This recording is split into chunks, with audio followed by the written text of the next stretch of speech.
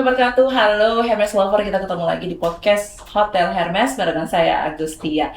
Kali ini juga sudah ada narasumber bintang tamu yang hadir di sini. Kita langsung sapa beliau terlebih dahulu. Ada Bapak Apri. Selamat pagi. Assalamualaikum Bapak. Waalaikumsalam, selamat pagi semua. Selamat pagi untuk Ibu Ewi. Selamat pagi semua. Apa kabar? Cantik. Sehat. Dia paling cantik di sini ya. Dan juga selamat pagi untuk yang Pak Yoga. Ya, selamat pagi. Pak Yoga ini General Manager dari Mita Mulia, kemudian Ibu Ewi dari General Manager Medan Hotel, dan juga Pak Apri, GM Grand Blanc Hasan Sigri. Konsultan. Gimana Pak? Konsultan, bukan GM. Oh gitu, oke, mohon dimaafkan. Oke, selamat datang di podcast Hermes. Ya, kita bicara terkait dengan pemilihan yang kemarin, pemilihan dan juga penetapan anggota, juga ketua DPD periode 2025 sampai 2028, keluar nama Bapak Budi Syaiful sebagai ketua DPD, betul? Betul. Nah, IHGMA ini sendiri, Hermes Lover, ada Indonesian Hotel General Manager Association yang memang fungsinya adalah untuk mewadahi para general manager untuk bisa berbicara apapun terkait dengan wisata halal, kemudian bagaimana meningkatkan SDM untuk masyarakat Aceh khususnya, dan bagaimana bisa membentuk forum komunikasi, kolaborasi, dan juga pengembangan yang profesional untuk para pimpinan industri di perhotelan ya. Saya ke Pak Yoga dulu. Pak Yoga, ini sehari-hari Pak Yoga sibuknya ngapain nih Pak? Sehari-hari di luar bekerja nih Bu ya? Bekerja, iya Pak. Jangan bilang ngopi lagi Pak. Ngopi tetap. Setidaknya ya orang Aceh Bu ya? Iya, orang Aceh Pak Yoga. Saya Takengon nih Bu. Oke. Iya, Gayo saya. Iya, tapi sehari-hari biasa Bu, selain bekerja kita paling di rumah. Kegiatan ya sebagai bapak rumah tangga juga. Gitu ya. Oke, tapi menarik sih. Berasal dari Gayo, dari Takengon. Saya juga baru tahu nih, Pak Yoga ya. Boleh langsung saya tanya ya. Gimana sih cara mempromosikan suatu produk? Ya, ini kan produknya juga hotel nih. Gitu ya. Untuk dunia luar agar mereka bisa datang ke tempat kita dari segi internetnya kah, websitenya kah, atau konten-konten? Oh iya Ibu, kita apalagi saya saat ini saya kan ada di bagian Litbang, ya, dan IT ya Bu ya. Kita lebih kepada media sosial, mungkin Instagram. Kalau website kita memang lagi dalam perencanaan pembuatan ya, kita buat. Jadi mungkin kita lebih ke promo-promo itu ataupun kita buatlah semacam ya promo tadi Bu ya di Instagram. Nanti mungkin kita akan ada TikTok juga. Sekarang kan ke TikTok lebih cepat ya, apa-apa viralnya di TikTok. Iya Ibu. Jadi apakah nanti itu juga melibatkan banyak sekali influencer yang dari Aceh untuk meningkatkan penjualan kah, atau untuk segala kegiatan dari IHGMA ini sendiri Pak Yoga? Saat ini ada Bu ya, beberapa banyak malah kadang-kadang influencer itu yang mungkin dari TikTok atau apa itu datang ke hotel-hotel. Saya beberapa kali lihat yang yang follower yang banyak itu datang ke hotel. Kita terbantu juga lah dengan kehadiran mereka, sekaligus mempromosikan ya hotel-hotel yang ada di Aceh. Gitu. Mereka nge-review hotel. Iya, nge-review biasanya. Jadi mereka. Itu berdampak positif sekali. Iya, berdampak positif Ibu. Oke. Nah, Bu Ewi kan kalau yang di IHGMA ini sebagai bendahara nih kan. Nah, berarti ada peningkatan penambahan dari segi nominal ya Bu ya. Kalau banyak sekali influencer yang mempromosikan hotel-hotel di Aceh, betul? Dampaknya ke hotel sendiri apa nih Bu?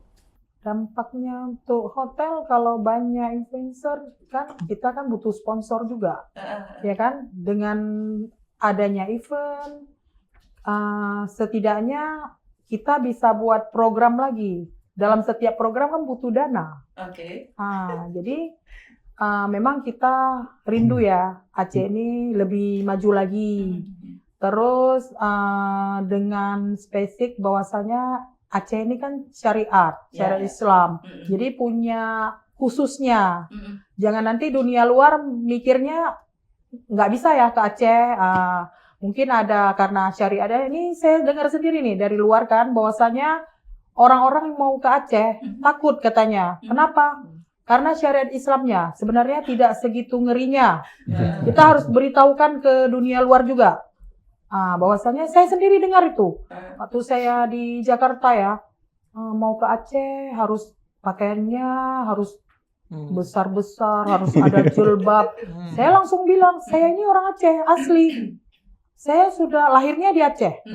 Tapi enggak semengerikan dari cerita dari kalian. Saya bilang, sebenarnya Aceh itu tempat wisatanya luar biasa. Bagus, bukan keluar aja. Karena pikiran orang ke KL, ke Pineng, cantik ya, karena murah tiketnya. Iya kan? Tapi jangan salah, ke Aceh pun, ke Sabang, bagus. Ya kan? Jadi kita juga rindu dengan adanya IHGMA, kita lebih mempromosikan keluar bahwasannya Aceh itu tidak semengerikan dari cerita-cerita dunia luar itu. Kita mau mereka juga tahu, bukan karena syariat itu buat Aceh itu susah untuk masuk ke dalam. Iya, karena setiap daerah yang ada di Indonesia ini selalu mereka hadir dengan peraturannya sendiri, termasuk juga Aceh. Kita tahu Aceh ini kaya sekali akan tempat wisata, kemudian juga budaya, makanannya, dan juga syariat Islamnya. Ini yang membedakan kita dengan tempat-tempat yang lain ya Bu ya. Tapi kemarin juga menarik sekali tadi Bu Ewi sampaikan, ada yang nanya langsung, Mang Aceh boleh ya nggak usah pakai jilbab katanya gitu kan. Mereka nggak tahu Bu, kita di sini banyak juga yang bersaudara, berdekatan dengan teman-teman saudara kita yang Muslim gitu ya. Ya it's okay aja gitu ya. Nah, sebenarnya selain dari saya rasa sih kalau untuk syariat Islam bukan kendala. Tapi yang Ibu Ewi rasakan kendala apa sih yang benar-benar ini membuat orang untuk enggan datang ke Aceh? Apakah dari aksesnya, apakah dari harga tiketnya, atau dari harga hotelnya sendiri, Bu? Kalau harga hotelnya selama ini Aceh udah banyak buat promosi ya. Karena efisiensi dari pemerintah, kita juga terasa dampaknya. Ya kan? Mungkin kita juga rindu bahwasanya pemerintah juga memperhatikan setiap program yang mereka rencanakan memang ada maksudnya. Kita mengerti. Tapi juga harus melihat juga apa dampaknya untuk daerah-daerah tertentu. Apalagi kita kan daerah termasuk kota kecil, ya kan? Mungkin harga tiket pesawatnya luar biasa, tinggi, iya kan? Iya. Terus apalagi sekarang untuk ke Medan, Sumatera itu udah ada hari-hari tertentu tiketnya, nggak semua hari ada. Terus tiketnya juga mulai tinggi. Ke Jakarta juga mulai tinggi. Jadi ini juga jadi masalah buat kita di kota kecil ini. Jadi untuk dampak efisiensinya udah kena, harga tiketnya pun melambung tinggi. Jadi kan kurang pengunjung. Wisatawan udah istilahnya mereka lebih suka ke luar negeri jadinya. Karena murah segalanya. Sebenarnya tiket-tiket ini mempengaruhi untuk okupansi kita. Padahal hotel sudah memadai ya Pak Apri ya. Cuma saja emang tiket dari pesawatnya sendiri. Oke, nah nanti kita bisa pikirkan itu soal harga. Masih banyak promo ya. Hotel udah banyak promo. Iya, ini tugasnya nanti Pak Yoga.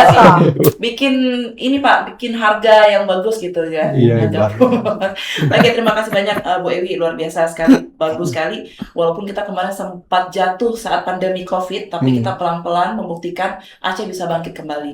Dan makin banyak orang yang datang ke Aceh lagi. Ya, mudah-mudahan nanti ke depannya bisa lebih baik lagi ya Bu ya. Oke, Pak Apri ini juga di IHGMA. Iya, betul. Sebagai di bidang akreditasi dan juga sertifikasi. Apakah dari anggota yang ada di IHGMA ini sudah tersertifikasi semuanya, Pak? Kalau dikatakan semua, saya yakin belum. Belum, tapi sudah menuju ke sana. Sedang menuju ke sana. Sempat dulu beberapa tahun ke belakang itu kita sempat punya LSP di sini ya. Ada satu nama LSP, Archipelago. Itu sempat kita sudah mengeluarkan ribuan sertifikat. Dan itu kan sudah beberapa tahun. Sementara kan sertifikat itu dia punya lisensi 2 tahun. Nanti perpanjang lagi, Pak? Nanti perpanjang lagi. Nah, terkait hal itu, insya Allah nanti ke depan IHGMA punya program. Kita akan aktifkan kembali sertifikasi bidang profesi yang khususnya untuk dunia perhotelan. Baik dari rank and file, kemudian medium management, sampai dengan HOD-nya nanti. Jadi all departemen semuanya harus ada sertifikasi itu? Betul. Gunanya ataupun manfaatnya ke depan apa sih, Pak? Lah, itu kan sebagai legalitas dia. Jadi kalau dia nanti ditanya suatu saatnya, Bapak di bidang apa? Bidang ini, bidang itu. Legalitasnya apa? Ya sertifikat itu. Itu yang ngeluarin nanti siapa tuh, Pak? Itu BNSP yang keluarin sertifikatnya BNSP. Ya. Jadi berumur lisensinya 2 tahun kalau nggak salah saya. Dan rencananya juga kita akan nantinya misinya itu ingin membentuk kembali LSP. Jadi kita akan bentuk lagi LSP di sini insya Allah. Jadi aktif kembali. Dan itu 2 tahun. 2 tahun. Mereka yang memang harus anggotanya mengajukan sendiri atau nanti bagian dari bapaknya di bidang itu yang menawarkan, Pak? Kolaborasi sih kalau menurut saya. Dulu juga kita pernah kolaborasi dengan pemerintahan ya sebelum COVID itu, sebelum COVID terjadi. Jadi alhamdulillah pemerintah dulu sangat support terkait hal itu. Jadi ada dana segar yang dikeluarkan pemerintah untuk memfasilitasi kegiatan sertifikasi ini. Jadi ya kolaborasinya cukup bagus saya rasa. Waktu itu kita selama 3 tahunan lah kalau nggak salah. Itu hampir 5.000 sertifikat yang udah kita keluarkan. Dalam 1 tahun? Dalam sekali itu, Pak? Dalam 2 tahun. Dalam 2 tahun? Wow, itu banyak ya, Pak ya? Banyak. Karena memang dulu, pemerintah memang jor-joran dulu. Memberikan support. Nah, ini nanti ke depan pilot project-nya bagaimana nanti dengan pemerintah? Ya kita akan kembali mengulang. Kembali merangkul pemerintah. Kan itu salah satu, apalagi kita kan masih baru ya, baru terbentuk. Jadi ya namanya juga orang baru. Ya wajiblah berassalamualaikum dengan pemerintah, ya. Jadi bisa awalnya kita silaturahmi dulu dengan pemerintah, dengan stakeholder terkait, baru nanti kemudian kita bikin program ya gitu. Karena tadi juga Pak Budi sebagai ketua juga menyampaikan nih Pak Yoga, bahwasannya nanti ke depan dia pengen banget itu ningkatin SDM-nya sendiri. Nah, itu benar. Nah, baru kita bisa memulai program. Yang pastinya juga ini kan terkait dengan kebaikan dan juga kemajuan hotel khususnya di pariwisatanya itu sendiri.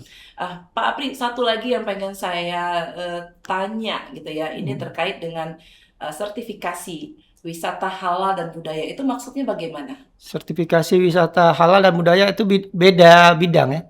Kalau yang kita bicarakan ini kan sertifikasi profesinya. Kalau objeknya sendiri, dia tuh ada beda sertifikasi, dia bukan profesi, dia lebih ke usaha ya. LSU, lembaga nanti yang mensertifikasinya itu lembaga sertifikasi usaha namanya. Kalau yang nanti akan kita laksanakan ini lembaga sertifikasi profesi. Jadi lebih ke SDM. SDM-nya. Iya. Tapi tetap ini juga ada kaitannya kerjasama dengan stakeholder dan juga pemerintah ya Pak ya? Jelas, benar. Wow. Banyak sebenarnya program yang bisa dijalankan oleh IHGMA nanti ke depan ya. Di tahun 2026 Pak Yoga harus semangat lagi nih Pak. Kita genjot lagi nih. Apalagi kan Gayo ya. Gayo juga menjadi wisata yang luar biasa nih kayak kopi ya Pak. Wajib kesana ya Bu? Udah kesana kan? Iya saya kesana, tapi saya belum sempat minum kopi yang langsung dari kebunnya nih Pak. Di mana Bu? Kebunnya belum jadi kopi lah. Iya, ada kan Pak? Warung kopi yang memang langsung di kebunnya Bu Evi. Kita kesana Bu. Pak Yoga, Pak Apri juga ikut. Apalagi ini kan mau akhir tahun 2025, banyak yang bisa kita tampilkan lagi untuk masyarakat di luar sana yang bisa mengenal lagi Aceh ya. Dengan segala keinginan juga kebaikan. Pak Yoga, terakhir ya, inovasi apa sih yang bisa kita lakukan IHGMA untuk menarik wisatawan domestik dan juga mancanegara? Kalau dari bidang saya berarti Ibu lebih mungkin saya berkolaborasi nanti dengan bidang pemasaran, yaitu ada Ibu Ayu ya. Ya mungkin nanti kami mungkin lebih bisa kolaborasi berdua lebih ini Bu ya. Lebih meningkatkan lagi pemasaran beliau dan tentunya media sosial kan harus saling ini Bu ya. Kalau kayak di aplikasi itu gimana Pak Yoga? Di aplikasi maksudnya dari maksudnya seperti Traveloka atau gitu. Itu kita sudah dari jauh-jauh hari sudah ada. Bagaimana perkembangan nanti ke depan? Semakin tinggi lagi nanti, semakin baik lagi. Mudah-mudahan kalau mungkin seperti yang Ibu bilang tadi ya jalannya mulus. Jadi ya dari luar tentunya Pak ya, Traveloka, Booking.com segala macam, kita justru kadang-kadang sangat menanti Bu, kedatangan dari mereka. Gitu ya. Iya. Mereka kalau datang kan nggak 1-2 biasanya ya mungkin ramai-ramai gitu Pak ya. Rombongan mereka ya. Jadi itu kan salah satu bentuk income juga ke kitanya Ibu. Terbantu sangat sekali. Sangat terbantu sebenarnya, apalagi di saat sekarang ini Pak ya. Efisiensi. Mudah-mudahan Indonesia khususnya Aceh semakin membaik ya. Amin. Terakhir dong, apa yang mau disampaikan untuk penonton podcast kita nih? Ya, apa ya mau saya sampaikan? Ya intinya kami IHGMK sekuat tenaga akan membantu berkolaborasi dengan pemerintah terkait pariwisata khususnya di dunia perhotelan. Kita akan berupaya membuat program-program yang nantinya bisa menunjang keberhasilan dunia perhotelan. Demikian Bu. Cakep gitu ya. Oke, terima kasih banyak Hermes Lover. Kita ketemu di lain kesempatan. Kita pamit. Assalamualaikum, sampai jumpa. Ya.